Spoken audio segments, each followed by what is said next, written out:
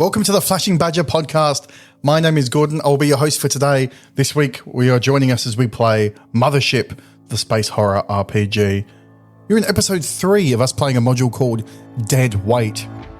And the dead weight I have to carry is... Wegs, Fitz, and Mike. Join us after the music. Flashing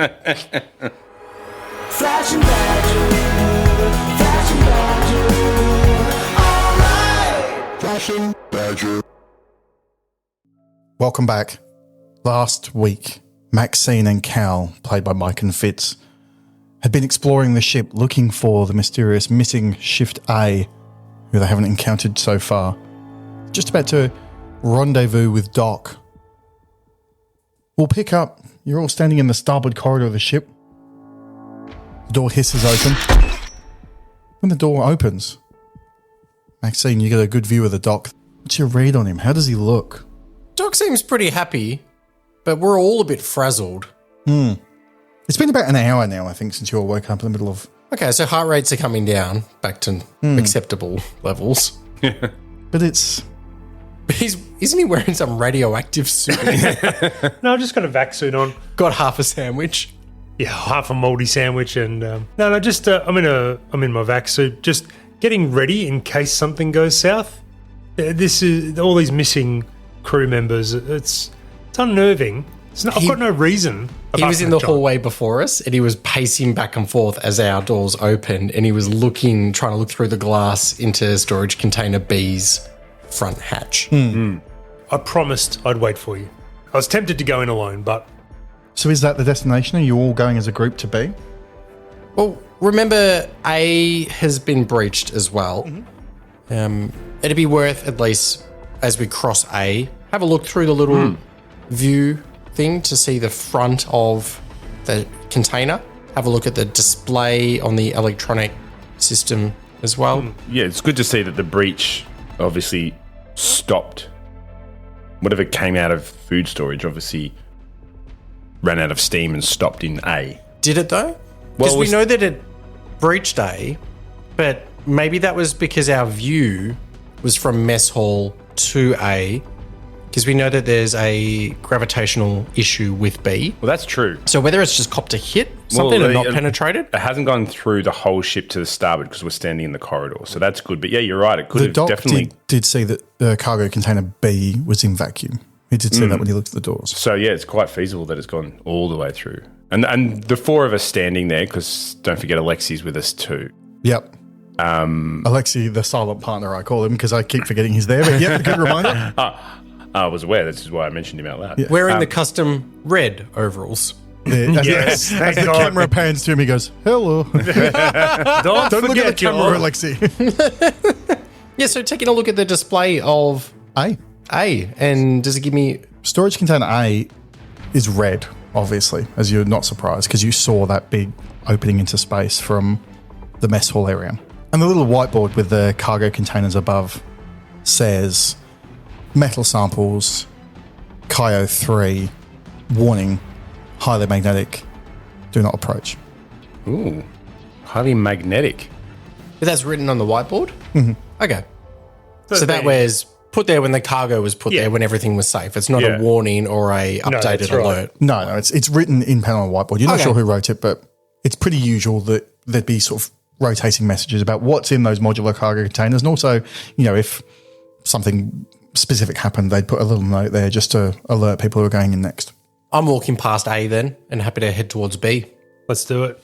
So you are going to bleed it's going to put the whole starboard corridor into vacuum if you want to enter B? If we were to enter B, but I figure I've had a chat to Doc, who said that he's looked from the central column side. Mm-hmm. So now on the starboard side, we can at least make observations rather than just go and open the door. And Alexia and myself sort of speak to the 2 scientists here and ask them, knowing that we're going into container B, which had all the asteroid samples in it. Gobstopper samples, yep. And we sort of asked for confirmation that our suits would keep us protected, knowing how poor Dr. Renato died after contact with a sample.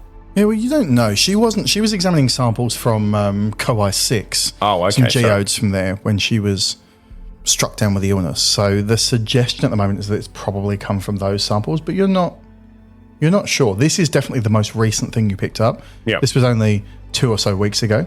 You picked up these samples, and like I say, it was 3 or 4 days ago that Dr. Renato was killed. I feel like we're still looking for people. Yeah. And I don't think we'd expect to find people inside storage container B. So even though it's of interest because it's currently in vacuum when it shouldn't be, Yeah. and there's been damage to the ship surrounding container B. I will say, as you're in the starboard corridor, as you start approaching the door to A, you start feeling this tugging sensation, this pulling sensation on your skin that's pulling towards. It's not like painful, but it's just like a faint. It's almost like you're lying down your side and you feel gravity pulling your skin in your face or whatever, in the direction of the cargo containers. Whether it's A or B, you can't really tell, but towards that central spine there. And it's sort of mirrored, Doc, by what you kind of felt on the other side, but not quite as... You didn't really experience it greatly when you were there because you were, in an unusual environment anyway, and you didn't get quite as close. But once you get up to A there, you can feel pulling, just gradual pulling towards the containers. I know the ship's damaged, but it feels off in here. I would agree.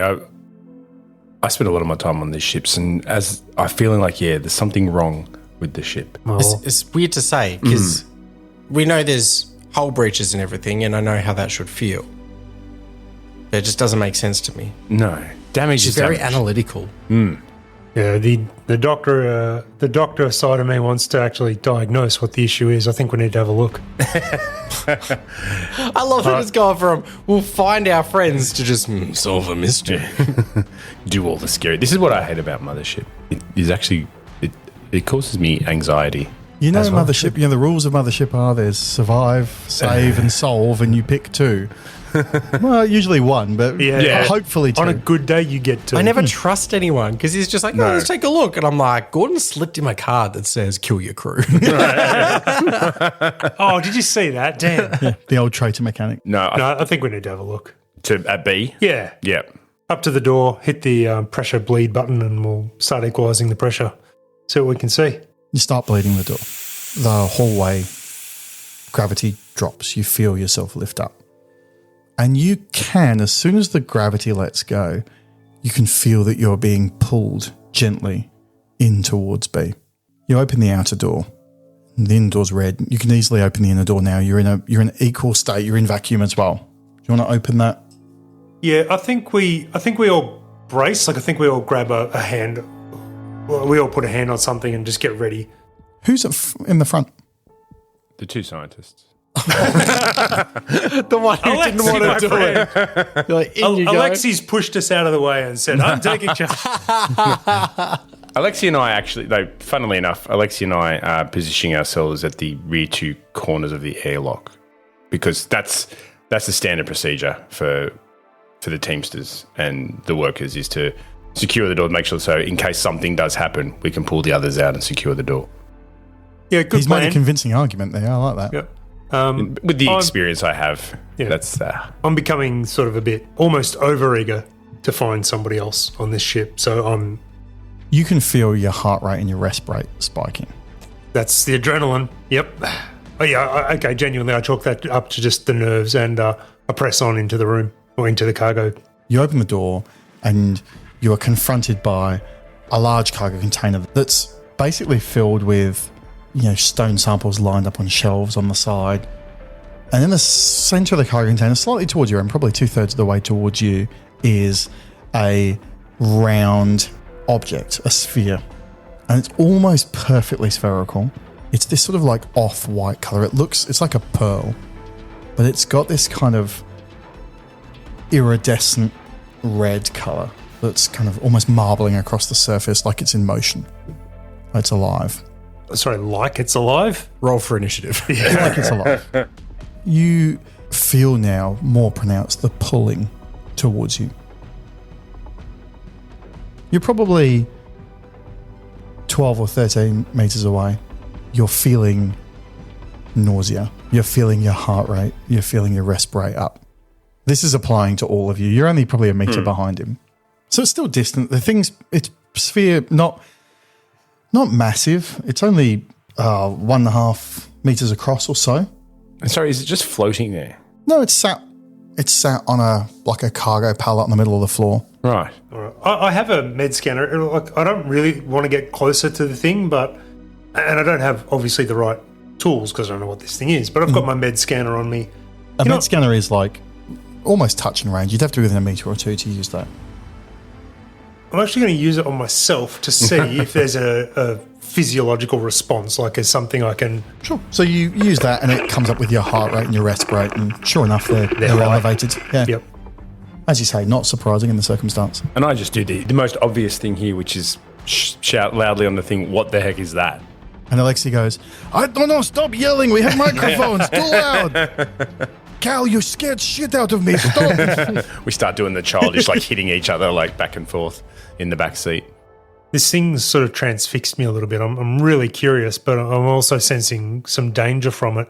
I don't recall seeing that sample, Doc, when they brought all the samples back in and logged things and Yeah, put them I don't- in. That wasn't thing's new to there. me. Yeah, I agree. You guys can't see anybody else in this room. No, right? and Like, that's the not just thing. me. These two seem transfixed by it. And whilst it is a curiosity and I'm a little bit in reality, I'm in here looking on the team engineering sort of side of it going, what could possibly be causing the red flag, hull breach or gravity anomaly that's registering this? So I'm starting to try and pay attention to the rest of the cargo bay. So right next to where this object is, in the side wall of the shipping container, is the blossomed out flower hole where something is punched through the hull towards it, by your estimation. And looking through that, you can see the outside of container B and the hole. And if you were to get close enough, you'd guess that you could line up your eye line and see it all the way through into the mess hall. They're And probably probably- all the way through to the food storage. Probably. So we're You'd in, have to get pretty close to do that. So this is in B, but we can see back through to the hole in A and then through. That's right. So I you're getcha. looking towards the front of the ship from B, points towards all the... And is this hole, by estimation, the same sort of size as this object? The object's about 1.5 meters. Yeah, it's probably the holes in A, there's like a cluster, but it looks to you here like it's a big hole. Right. Yeah, So because it it was looks- described as a shotgun spread in Yeah. mess hall. So it's almost narrowed down as it's gotten Yeah. closer. Okay. The hole in food storage was pretty solid. The hole in the mess hall wall was fairly shotgunny. And as one wall of A is tighter again and one wall of B is, and probably at its smallest, it's probably about the size of this, probably about 2 meters across or so. About the Just size. running down the thought process about whether or not this is the thing that caused the hole or this is a thing that pulled something towards it. That's what I was thinking. It's dragged something out of food storage. Better not be the dessert bars. Finally, the case of the missing dessert bars has been solved. Not So out. as you're standing here talking about this, you're slowly drifting in. And Cal and Max, you've done your classic. You've linked your feet through the grab points on the hands, and it's just automatic to you in the same way that you or I might lean on a table when we're standing somewhere. You've just hooked yourself in using a free hand or an elbow.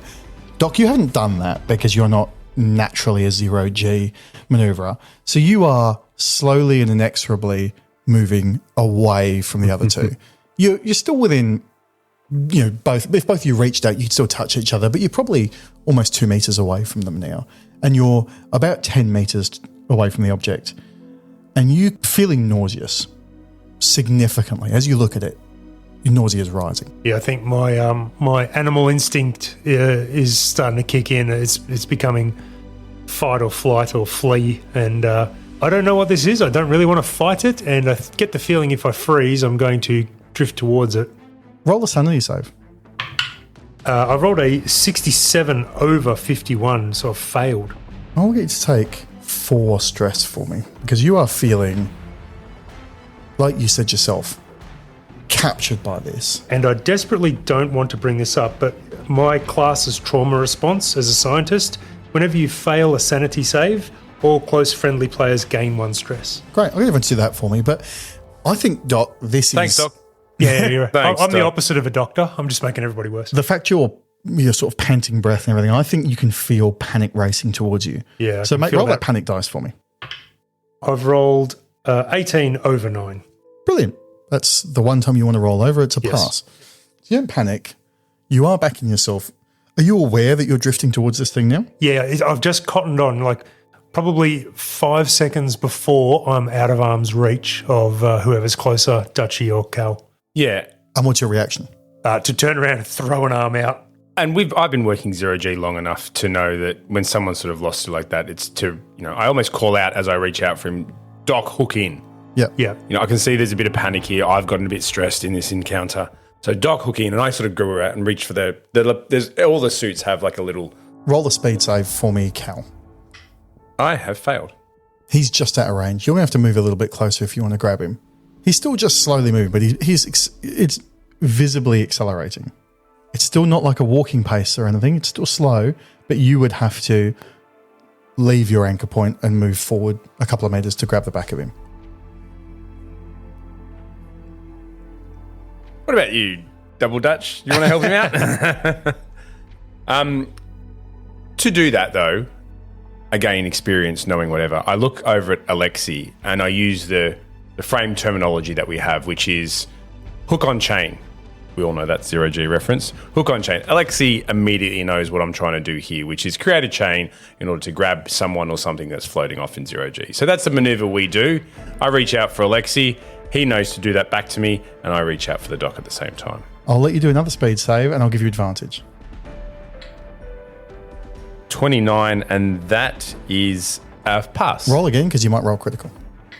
27. You grab onto the back of, like you say, the grab handles on the back of Doc's suit. And it's because it's that crappy yellow plastic bag one, you sort of actually see him sink in the suit. You're holding the shoulders of the suit up. And it's like he's now down towards the foot end because his feet have slowly started tilting towards this object like he was going to fall into it. And you start hauling him back away. Doc, what's your reaction to that? I'm sort of scrambling, desperately trying to kick off the floor, trying, like I'm not a seasoned 0G man. No. So I'm sort of like, when you see footage of people floundering in a pool, just trying to get purchase on something desperately. Is this going to be one of these where Cal like slaps you across the head to be like, stop fighting me, you're making this worse? Basically, yeah. It's probably on the drowning man verge. sort It's of. probably on the verge of that. Like I'm not overwhelmed by panic. Let's just say I'm rolling the panic dice, but I'm just not panicking. And Max, you're still further back from this. You're probably 4 or 5 meters behind them now and you're hooked in. What's your thought of the whole process?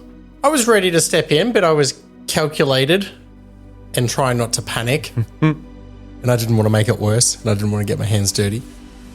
But I'm taking in the information, and I'm already starting to think ahead of, I want us out of this room, and I want to detach this entire cargo container and let it drift. So when you're looking from an engineering perspective at this, Yep. when you see the hull breach and everything, it looks to you would have to get a team in here to assess it, but it looks to you like the frame of the container is bent. Like you can see obviously these are fairly standardized objects and they fit on like a rail system, which they get shunted into by the tugboat engines. Yep. To your eye, it looks like there is contact in the overhead rails, which you can see through the interior, which shouldn't be there. Yeah. These should glide on virtually with no resistance. So let me guess, it's not going to glide out. I'm not an engineer, pal. You are. I sort of vocalize as well whilst I'm grabbing Doc. I state the obvious that none of the crew are in here, which is really the reason we came in here. I'm not trying to solve a mystery here. I'm looking for the crew. And this thing and interest, while it's very scary and interesting and panic-driven, is not the crew. Mm-hmm. I sort of state that fact loudly to sort of rally everyone to go, let's leave. Would you say, we're leaving? We're leaving. Oh, no one's in here. We're leaving. Where are you going? I'm happy with that. You're all hooked on now. I'm happy you can all leave. Where are you going? It's got to be back into the starboard. Starboard corridor. Yeah. Yep. Back the way we came. So you go through the process and the corridor pressurizes, floods with oxygen. Where do you go from there? So I'm going to bring Doc up to speed. Percy, whatever this is, Please call me Doc. Thanks, Percy. We think it may have originated from food storage. Okay. When we went through and depressurized and had a look around, it looks like all points lead to there, and we could draw a straight line here to B, where this thing is. So through A and through the mess hall? Yeah, we got, as far as I see, we got 2 issues. We need more people. I saw the beams in there. I'm not confident we can detach that cargo container, so we might need to better understand what that thing is. And we may get that information from food storage. Hey there, champ. Welcome to Mothership Used Spaceships. I see you can't take your eyes off of this beauty, the one, the only, the legendary Gradient Descent. Now, only 440 million of these were ever made, so you best snap her up fast. She's got Warp Core 96 XTG, AI Android interface, Crab Monster displacement technology, and enough aerodynamic curves in the right places to make a Marilyn Monroe-bot blush. Damn, she's nice, all right. But the demonic whispering? That's the cursed souls of the previous owners. They're trapped in there now, turned into a disembodied evil presence in the walls. Can't get them out. Yeah, this bad boy can fit so much existential dread in it. Oh, Domine Padre Spiritus Santos. Listen, champ, I'm required by galactic law to tell you there's a cultist in there who I think is the technical owner of the ship. The contract you're going to sign, you ain't buying the ship per se. It's more a sell your soul to the manufacturer type agreement. I'd be a sucker not to sign. Great. Let's get those veins opened up there, champ. Mothership-related contracts need to be signed in blood. I'll get my syringes. The boss took my dagger away. Flashing badger. While you're having this conversation, the forward door that leads into that starboard corridor opens, and Sarah steps through. Yay! And she's like, Max, Dutch, where have you been? Like, what the hell is going on? There's hull breaches all over the place. I've been to the bridge. There's no one there. I spoke to Ahu, and he told me the Exo's dead. What the hell is going on? Yeah, Exo's in cryo, and we're still good for Dutch Blitz later. She's like, Trying to get her to calm down. She got a laugh. She goes, but who's in charge? Yeah, well, don't say anything, but I think it might be Cal at the moment because we haven't been able to find Mary and Everyone slowly Donald's looks towards me, and I sort of pretend to look behind me like there's someone else. Competent behind someone you. else named Cal. Yeah. And Sarah looks, she's just wearing her normal jumpsuit overalls, and she's got her hair tied up like she always does when she's working in the engine spaces. And she sort of looks down at her outfit and looks at all three of you in vac suits with visors down, and she's like, are we breached? Is there a breach here? We're fine here, but there are breaches through the ship. So stay with us. Who else have you seen so far? I spoke to Ahu on the comm, but apart from that, it's just us. No one's seen Mary. You And I haven't see seen Mary? Alexi behind you, who no one's acknowledged, but he's there. Hi, Alexi. And Alexi goes, hello, sir. I like you. They You're keep nice. forgetting about me. Don't expect to be loved here. Yeah. He says, you are the favorite, huh? They talk to you. And I say back to Sarah, where is anyone from Shift A? All of the Shift A crew are gone. We can't find any of them. We've got exactly mirroring what Maxine said. We've got multiple hull breaches through food storage mess hall and the containers. Where have you been? So I've done the hallway measurements like Ahu told me. I've gone from the door to general storage all the way down to the engine room and back. And then I got stuck. I was coming to find you when I got stuck at the airlock door. It looked like there was a breach in here, but obviously someone bled the corridor. So I got stuck outside waiting for the bulkhead to lift. And then when it did, here we are. Was there anyone in general storage? I didn't go inside. You didn't I just go in? looked I've only looked on the hallway. I'm looking for, like policy says, I'm just looking for the external skin breaches, and I found nothing. So it sounds like between us, we've searched just about the entire ship. Yeah, I would The agree. vessel's cleared, other than maybe general storage and our secure storage up the front and our loading bay. Couple of containers, but yeah, that's it. I think we need to develop a plan now. Part of me thinks we should all get together in the same room and just account for everybody we have and develop a strategy. Try and figure out how we can eject this, the cargo crate B. So is that the plan? At the Well, do we moment? need to eject cargo bay crate B? I Well, mean, in I think reality, it's actually throwing the ship off. Like, if we think about what it's doing to gravity, the ship is starting to tilt, and by all diagnostic measures, the engines are working. Everything's working. I think our gravity is off kilter.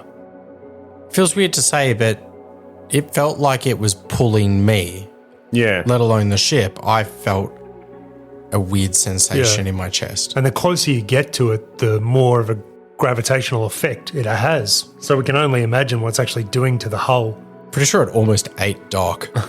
Yeah, Doc did not enjoy being near that thing. Maybe, and I'm not involved in the game, but maybe it just needs like a sacrifice and it'll leave you alone. Maybe you should feed it Doc. Alexi, go touch it. So now you will remember. There's still significant parts of the ship to look for. I'm still obsessed with trying to find anyone from Shift A.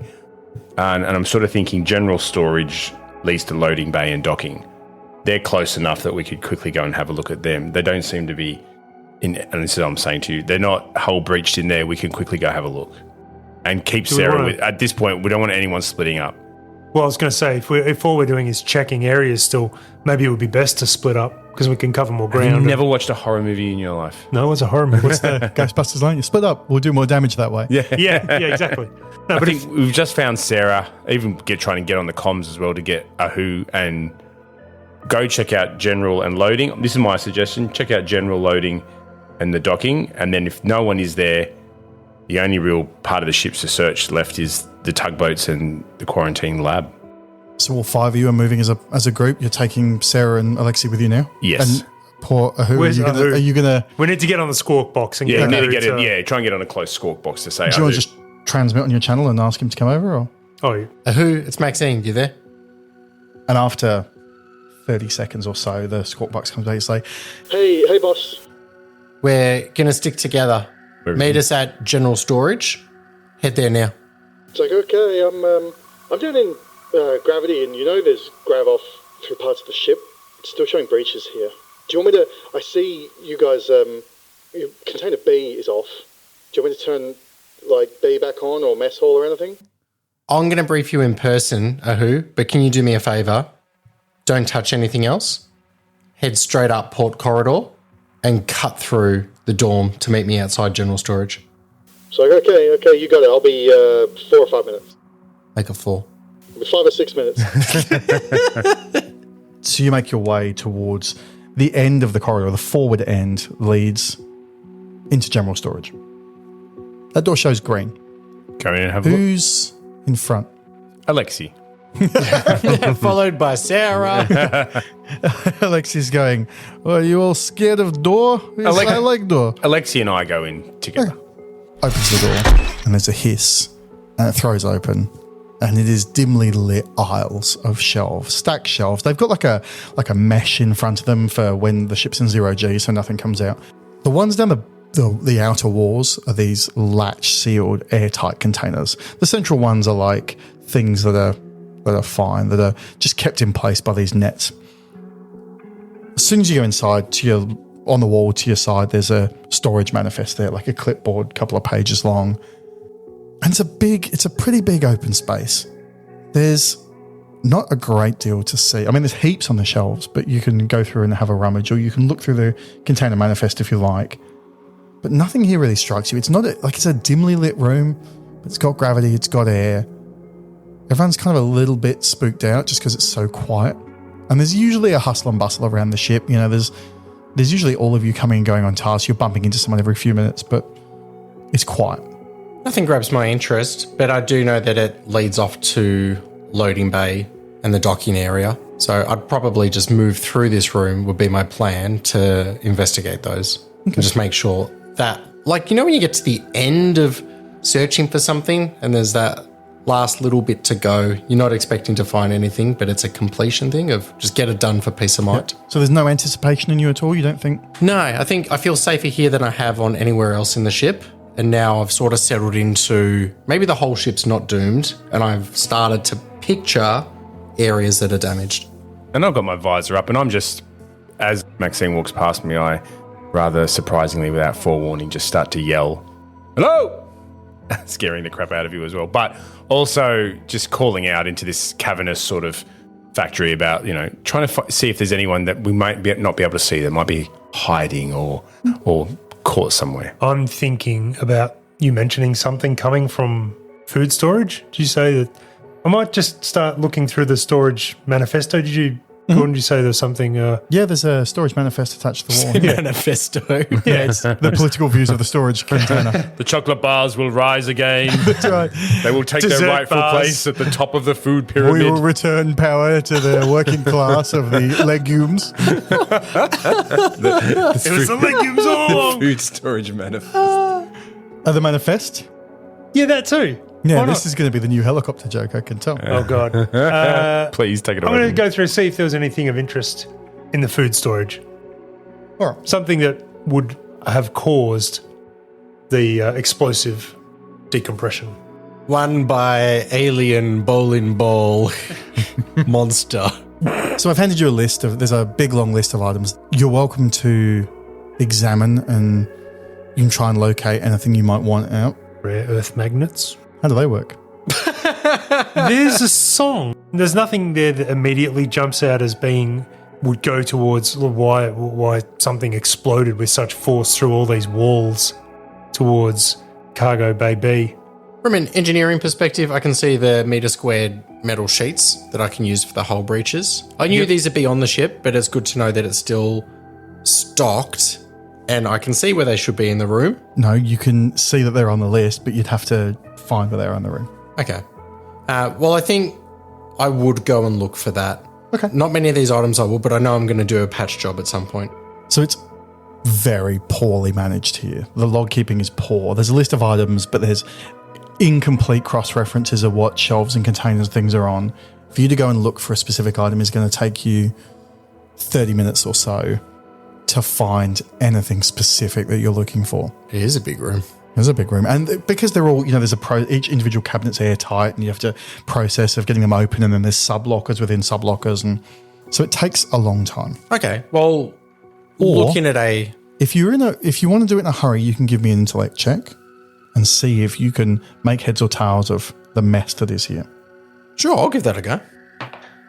I failed. And let me tell you how my jury rigging and mechanical repair influenced this. No, a 68 over my 47. Your intellect's quite high. I'll give you another go. You can have an advantage. Thank you. You really want me to pass because there's a monster in the metal sheets. A 46 under 47. Amazing. Yeah, you compile your list of... You can work out from cross-referencing where things aren't, where things must be. Yep. So you find where the metal sheets are stored, and is there anything else on that list you were specifically looking for? Yeah, I figured from a survival aspect and knowing what we're going into, that I'd get someone to grab the stim packs and the vac patch kit. You can task... It's still going to take a while to round them up, 10 minutes worth of... But you can task people, or you This can would do be it yourself. Sarah I'd task with something like this. She's on my team. Can you get her to look for the rare earth magnets as well? I get the feeling they're not going to be in this room. Well, they are rare. And we're not on Earth, so there's no chance they're here. No, I just get the feeling that maybe they were drawn towards the I anomaly. can tell you where they are. Well, I'm Draw guessing. you a straight line through the ship. Yeah, exactly. I have a hypothesis. Yeah. And I might grab the 2-part epoxy because that could work like a seal.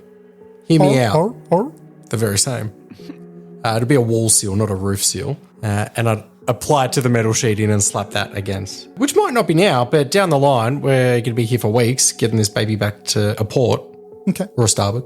Collect all those items is probably going to take just Sarah probably 20 minutes or so to collect it all. What do you want her to do? Is it meet you in general store, meet you in loading bay or something, or put them in the hallway? Where do you want her to go? We've got our comms. So Sarah, grab those items, jump back up on comms. And if you can't reach me, just head to the bridge. As I walk past, I sort of go, and Sarah, make her turn around and stop when she... See any noogie bars? Lexi's like, you always with the noogie bars. They're supposed to help your brain. Why are you so stupid? Because He gets like 4 lines in this. they're all insulting Cal. Yeah. And we just walk off insulting each other towards the loading bay. I'm going to check the loading bay. You all following? Yeah. Apart from Sarah? Loading bay has this shelving units up and down the walls. It has this plastic floor. It's almost like that hospital lino floor, but there are tracks scraped in it where things have been shunted in and out back through the whole place. There's disassembled boxes and packaging stacked up, and these are things that will have been broken down when stuff's brought on board. At the next stop, they'll go off as the new containers go on. It's like a rolling recycling bin. There's a couple of pallet jacks that are parked just near the doorway you've come into general storage, which are remote. They're like remote activated with a small motor in them. It's one of these that was used to move the doctor's body out of the laboratory. There's usually 3. There's 3 controllers hanging on the wall, but there's only 2 of the jacks here. You'd assume the other one's down near the lab where all that happened, or parked even in the lab, perhaps.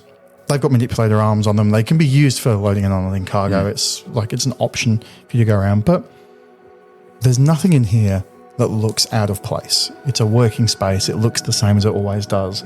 There's the door that leads through into docking, which goes into, an airlock in the umbilical area. But apart from that, the room looks like it always does. And in that case, we don't really need to go in there if it looks the way it does, or happy with that, and sort of checking, I guess, docking as well. Just to make sure there's no one in. So you have to go through the loading bay to get to docking. Perfect. Or you can go through the other door. It's up to you. Whatever's the easiest way. I'm not too fussed myself. We're just basically searching rooms now one by one. Okay.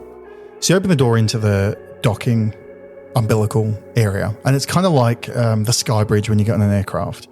But there's this strong, like, rubber and plastic smell, and there's muddy footprints over the floor where this has been an entry-exit transit point. And there's the big flexible umbilical arm that goes out, that's kind of curled up against the side of the ship now, but that can go out to about sort of 20 degrees off front, and they use it to connect up and bring containers across. Just by the entrance to the docking arm, and there's one of those control panels, like, with a little joystick and a screen and things, there's a couple of vac suits hanging there. You can see that there's the open intercom to the bridge, like a squawk box, but it's one of those that's like not even push to talk, it's just a permanently open transmission, because there's not such close communication needed between the bridge and the docking umbilical when it's gone. As soon as it's on, it's just an open transmitter. But again, there's nothing really out of place here beyond what you usually see. The vac suits are always there. They're the general use ones. Whenever the umbilical is in use, there's always people either in it or very close to it or helping do the fine corrections. So, and with that, with no one being obvious to me, I'm not doing a Sherlock Holmes here. There's no bodies in here or people in here that I can see, and I start to walk back out towards the general storage to meet up with everybody else. Have you ever looked up at the stars and wondered, is there something more for you? Something better? At Acer Colonial, we believe everyone deserves a fresh start. That's why we're offering you the chance on one of our exciting new Frontiers worlds. I mean, they told us the air was mostly compatible. Mostly. And with our industry-leading terraforming projections, your new home could reach full habitability in as little as 120 years. Sign up today and receive a complimentary cryosleep, a starter habitation pod, and a 10-year indenture waiver. They said the waiver was a benefit? From methane seas to mineral-rich deserts, opportunity awaits on worlds where no one has ever lived successfully. Colonists are reminded that survival rates are a key performance indicator. Why stay trapped in debt cycles and overcrowded stations when you could be building a future on the edge of human existence? Acer Colonial. Tomorrow is waiting. Transit subject to availability. Atmospheric compatibility not guaranteed. Acer Colonial not liable for loss of life, limb, identity, or consciousness. Indenture waiver void in the event of your death. Flashing Badger. Now, Cal, can I have a chat to you for a minute? Sure. You're Cal. Don't look at me. I actually checked Wegs' name board for a second and I was like, oh, that's me. We're headed on a course which I get is fixed in at the moment, but we need probably to adjust and find somewhere close that we can stop. I can work with my team to put repairs on the ship to patch up enough to get us there. But do you know of somewhere that we can break track and set this thing down? I know that that's a massive, massive ask. I know from corporate and all that kind of my experience here that ceasing mid-run or trying to divert for any reason is a big deal. And it almost usurps my authority. And without the captain here to approve it, I know it's going to take a big deal.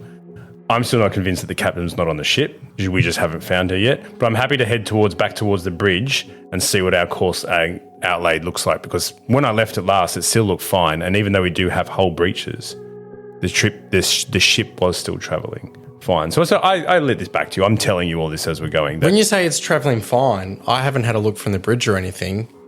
Is the craft in full repair in terms of engines and fuel and reactor? And that's something I can go back to the bridge and take stock of for sure. I'm happy to head off that way if you want me to. When you were there, did you see anything with the engines that I can tell nothing my apart crew from about? that original thing nothing from the original slight listing, crab-like listing to the left, which was easily compensatable with our engines. Okay, so it's got... And the adjustments were made. I'm trying to think if that's something my team need to look at repairing first, or if we tackle the hull breaches, because we can survive without the mess hall and the odd container for a little while on food storage. But if we're not going to make our next jump, or we're not going to make it to somewhere we can dock because of the integrity of an engine, then I'll fix that first. Well, I'm still obsessed with finding the captain, and there is one glaring part of the ship we haven't searched yet, and that's the tugboats and the quarantined lab. Yeah, but I hope you realise how many staff we're missing, Cal, and they're not all going to be magically hiding inside an engine. I think, Cal, you're the captain, I am the and we captain need now. to start making a plan to get our priorities right and this ship in the right direction. I mean, you've got 6 crew, you've got a whole shift missing, Yeah. and you are coming up to 2 hours post-incident. Yes. And ultimately, at the moment, you've got an idea, but you've made no progress in terms of finding people. No, and there's one part of the ship that we still need to search. So in that, my decision is I'm happy that the course was outlaid, that the original emergency procedures that were put in place, that the ship is still travelling fine. There is no risk to the ship at this point in time. So we're going to head down to the aft section of the ship. So is your plan that everyone is going there, or you're going to branch out? Like Max, like you say, you've got concerns about the engineering welfare of the ship. So are you going to go somewhere different rather than... I'm happy for you to start to take stock and organise what emergency repairs you seem fit. Stay in here in the general storage and organise those.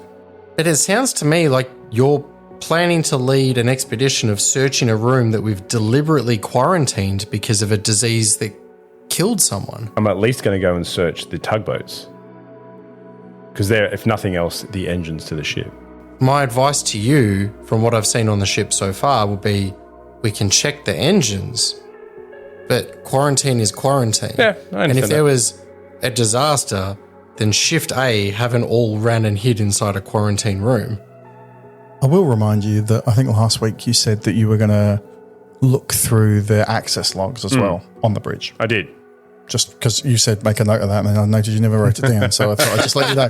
Well, I asked if I could do it from the kitchen, and when I couldn't, I gave up on the idea. It's up to you if you do it or not, I'm just telling you. Engines are my wheelhouse with Sarah and Ahu. If you want to go why search don't we do engines and you do Sure. bridge? If you want to go, all right, you can go search the engines, and also, at best as you can. Now, do I, from ship's knowledge, know if the quarantined area of the lab, can you visualize that through? Can you see through the doors, the bulkhead doors? Has it got a window? It's a 3-inch diameter, tiny little window just to check. It's almost like one of those submarine doors to check it's not flooded. You're not going to get a great view of anything. I've spent a lot of time in that lab, working, researching. I'm confident I can have a quick look without disturbing anything and breaching the quarantine. The second that something goes wrong, I can just, I know to bug out. So I'm happy to go to the lab. Well, on your advice then, Maxine, you can take Doc, yourself, and anybody else who wants to go down with you, and I'm going to go back up to the bridge and start to double check that our flight course is still undisturbed, unchanged, and I'll start to look at those logs as well to see if I can start to work out where the last movements of any of the crew were. All right, well, I'll tell you what. Alexi, Ahu, and I will escort the doc down to the aft. And who was looking? Sarah. Sarah can meet you in the bridge like I told her to. So Sarah and I head to the bridge then. So we'll split into the 4 and 2. So, Cal, are you making your way back through the dormitories to get to the bridge? Is that the way you're going, back across the port side? Yeah, that's the simplest way to go. So that's the way I go. Yep. And Doc and Dutch, you're making your way down the starboard side. Yep, with Ahu and Alexi. And as they're walking off, Alexi's last, and I tap the back of his ankle as he's walking down, so he trips over himself, and he looks back, and I've just got my finger up at him as we walk off And he quietly. says, I will miss you, brother. You make your way through the dormitories, the port. You get to the bridge door. Dock and Dutch. You're halfway down the starboard corridor. You're just coming to the end bulkhead door that leads you to the aft part of the ship. And there is a massive impact that knocks you off your feet. And Cal, you feel it at the bridge too. The whole ship sidesteps, it feels. The whole bridge klaxons start sounding. And the bulkhead door that you were just approaching slams shut. Light above stays green, but all the doors are shut. Klaxons going off. Cal, I'll start with you. How are you reacting to this? You haven't quite been knocked on the floor, but it's been a decent impact. So the bulkhead door to the bridge is slammed shut. No, bulkhead door to the bridge. You weren't around that corner quite yet, but you see the bulkhead door to the bridge. It's still green lights. It still looks the way it was. It was these guys who had the door to the aft section that slammed shut in front of them. Yeah, right, okay. I panic a little bit, but still stay on mission to get to the bridge. Panic? To get to the bridge, because at the very least I'll be able to try and work out what's happening there. Most of the ship's sensors are there. I'll be able to see what happened, what hit us. I know ships well. Is there any way I can sort of feel where about this might have come from within the ship from where I'm standing? Take 2 stress, and then give me a That's for asking. and give me an intellect check. Knowing that I'm rim-wise and quite a good pilot, I understand how these.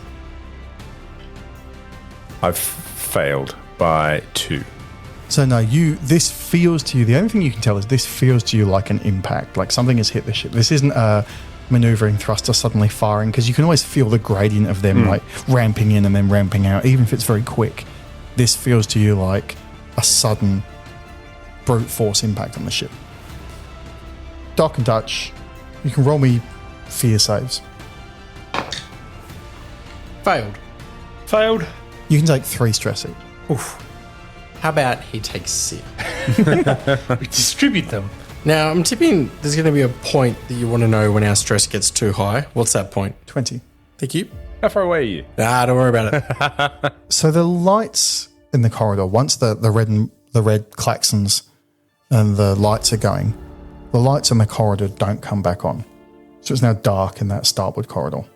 Lights above the door are still green. There's still stuff that's clearly powered, but the overhead lighting where you are is off. I want to know why the ship's impact collision detection system didn't alert us to the fact we're about to get hit. You don't know. All you know is you were standing in a corridor and the ship bucked like something had hit it. Just wait, Doc, and I bring up my portable computer terminal.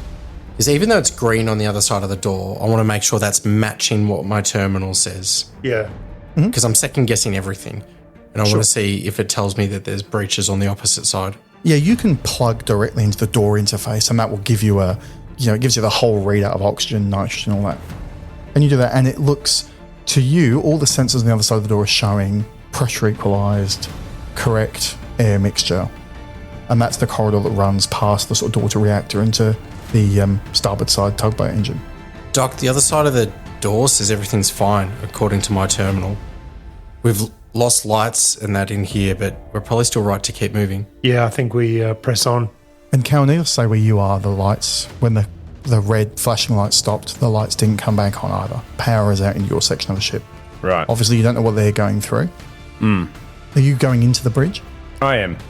I check the doors as per normal and I go into the bridge.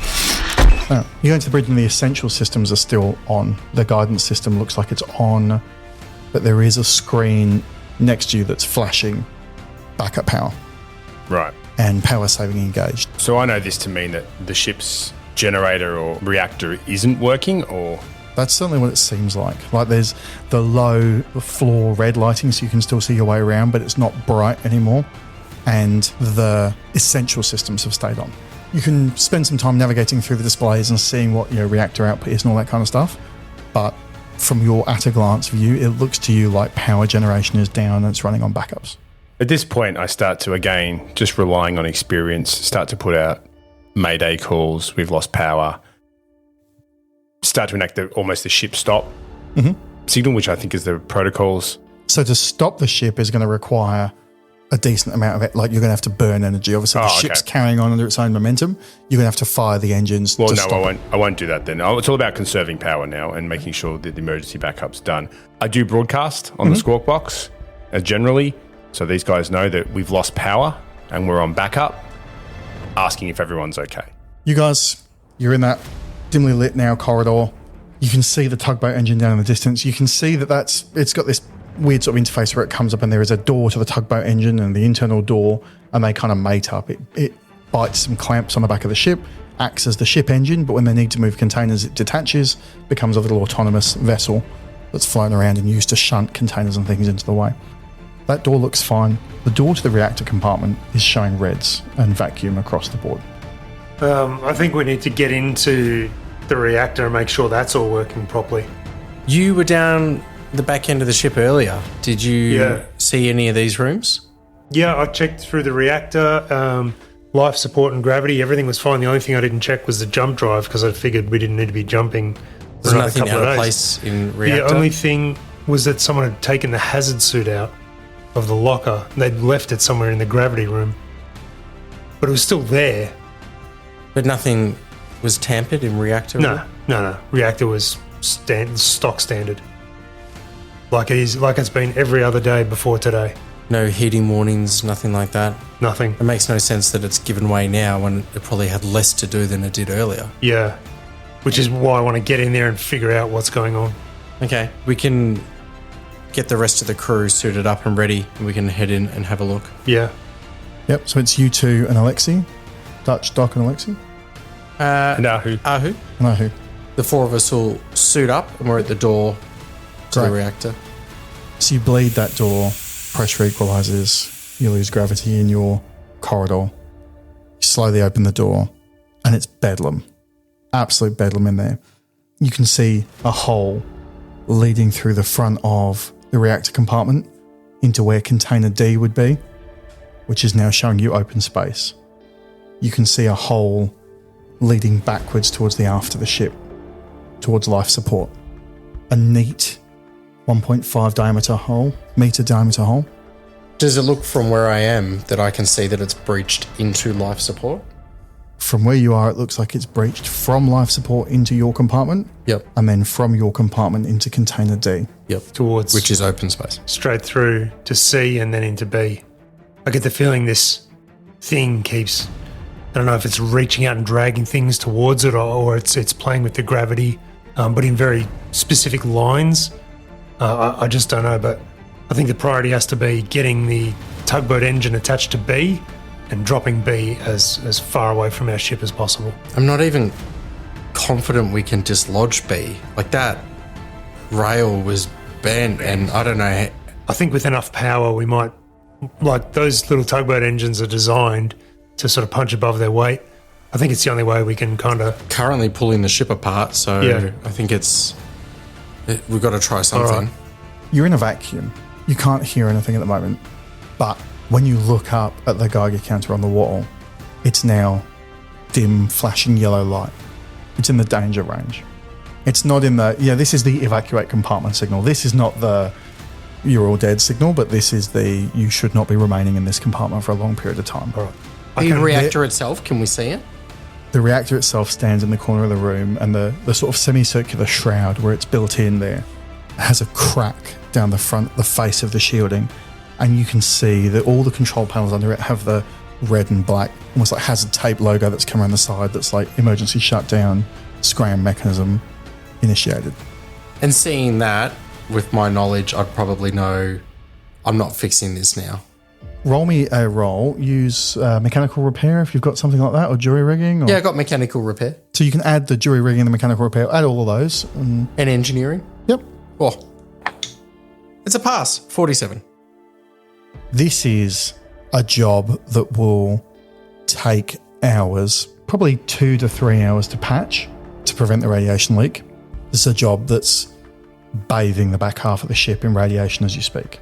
This is increasing your risk of cancer an awful lot. This is not going to kill you in the next 20 minutes, but you know, as you get close to the thing and start doing the inspection, even moving across the width of the room, the 3, 4, 5 meters that you've made to do the close-up inspection, you start tasting metal in the back of your mouth. We're leaving. Yeah, good advice. Yeah, you estimate it's going to take hours. And you know that if you were to restart the reactor, that the radiation output would skyrocket. Okay, cool. That's going to be my next one. It doesn't necessarily mean that it's fatal up at the bridge or anything. Yeah. But it means that whoever's in here, if you were to press the button, it's going to be a bad day. We've got some limited comms, but I point at the Geiger counter and I point at the crack in the glass and do the thumb back over my shoulder, everyone out of the room. Mm-hmm. And we're out into the corridor. There's not just the way into the starboard corridor, there's also the way into that spinal corridor of the ship, or there's a way into Grav from here, just in case you wanted to go out a different way, the way you came. I'm thinking I might go down the other way because that can take me through to the lab. So your plan is to go out into that central spine? Yeah, down. and then down port and then around the back of where all this is into the lab. Dutch, are you planning to go that way, or are you going out through the gravity? Or bearing in mind you're in 0G in the reactor room here. Yeah. I love your plan of the tugboat. So I'm happy for you to split our crew and you just push me and one of the others out one door while you take another, and we become 2 groups of 2. So you're going out the door that will lead you back around to the lab, did you say? Yeah. So what door do you want me going out?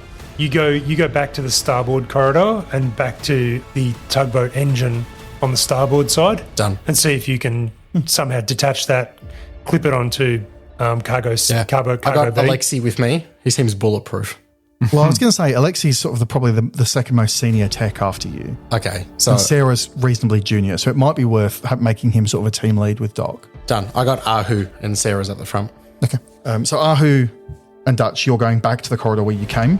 Yep. I let them go out their door first so I can see it close behind them. Yep. And then using my training and knowing about the nuclear radiation levels, I am now closing this door and using my portable computer to signify an alert on it and do an extra layer of protection and sealing the door. So it'll take your override code or something to get him. Yep. So Doc, you've obviously had to bleed that corridor, but you get out and then it repressurizes. You can lift your visors and everything up if you want to. You making your way, is your plan to cut through one of the other containers to get to the port side corridor? Is that the... No, there's a corridor that leads directly from the reactor room round to the lab. Right you are. So you branch off at the first opportunity there and make your way back to the lab. You stand in front of the lab door there, and there is a sealed, bolted door with a little viewing window. And this requires a lab access card to unlock. There's a small little vigil for Dr. Renato there. There's some paper flowers and a photograph of her and a few notes. And one of them is a note that you left her. There's the big warning sign that's police tape over the door, saying the room's quarantined. And it's got a list of the basic symptoms that she studied and basically says, warning, infection vector, contaminated air, contaminated water, do not enter, approval needed, captain, and so on and so forth. All the vents are sealed off into that room. You know that the room will be sitting there stagnant. It's been cut off from the life support and circulation system for the rest of the ship. So if you go in there, you'll either need to repressurize the room or you need to go in there with your vac suit sealed and everything.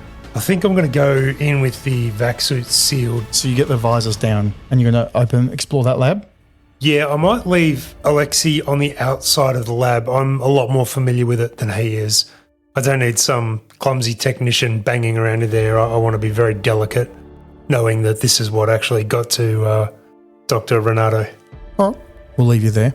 Dutch, you're back out into the hallway near the tugboat engines. You're going to give a sit rep to Cal on the... Cal, it's Dutch. Double Dutch. Maxine. Hey. Reactors offline. That's going to be a big job for later. I've sealed the room, but whatever happened up at food storage that managed to burrow a straight line straight to B, the same's happened back here.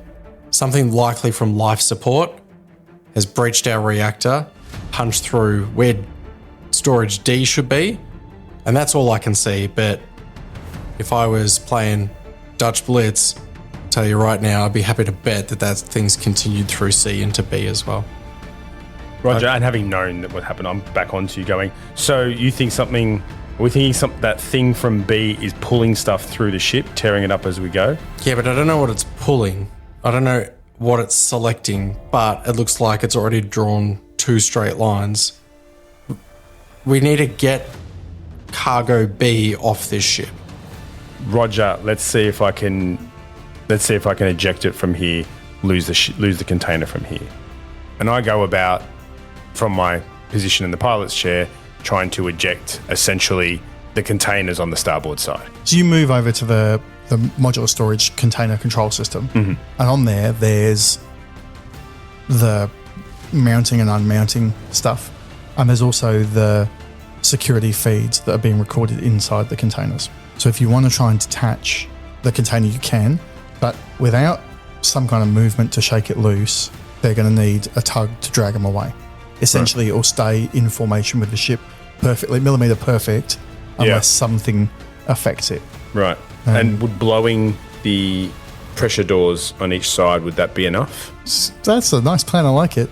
I think they have to, because of the way the pressure doors work, they have to go in the rails, take them in up or down from the top or bottom. I'm with you. So it'll give lateral force instead of longitudinal. But I like that plan. Maybe get one of Not them. enough to let it work, though. Not enough to make it work. Get you guys on either side and blow the doors at the same Are you still time. there, Cal? Yeah, I'm still here, and I relay that information back to him. It doesn't look like, even if I eject it now with the momentum of the ship, those containers are going to breach free. Stand by.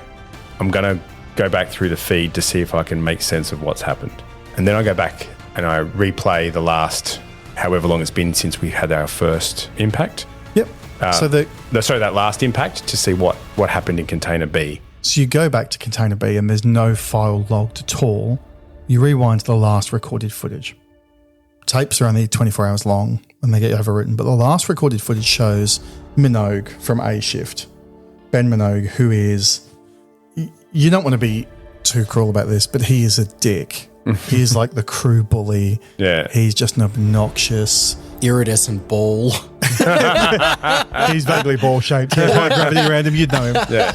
I don't like him. Inspires feelings of nausea, a spike in heart rate. That's him. Yeah. No, but you know Minogue, and you see him inside container B, and this is around the time the first alarm sounded. A few minutes before, you see him moving rock samples around, and as he's midway through this, you see him trip over the edge of a pallet and faceplant into one of the rock samples, and it hits him right near the temple, and he lies there motionless, face down, and this slow crimson pool forms around him. And after 4 or 5 minutes, you can see sitting stationary that ball in the middle of the container. After 4 or 5 minutes, his blood touches the ball, and over the next 3 or 4 frames of this thing that's recording 12 frames a second, he's gone. There is a gaping hole in the side of the cargo container. It's less than a second later. When you freeze frame through, you just see this blurred object moving in front of the camera, and then the footage ends. As does the episode. Oh, no. I'm like, oh God. What is As does Minogue. As does Minogue. So that's episode 3 of Mothership Dead Weight. Too scary. Yeah, it's getting gross in here. Michael said to me in between weeks, he was like, oh, I'm looking forward to seeing the monster. I was like, yeah, you just wait, mate. Maybe the real monster was the friends we made along the way. We'll be back next week with part 4 of Mothership Dead Weight. Thank you very much for joining us. As always, I have been Gordon. I have been Fitz. Mike. And Wegs. We will catch you next time.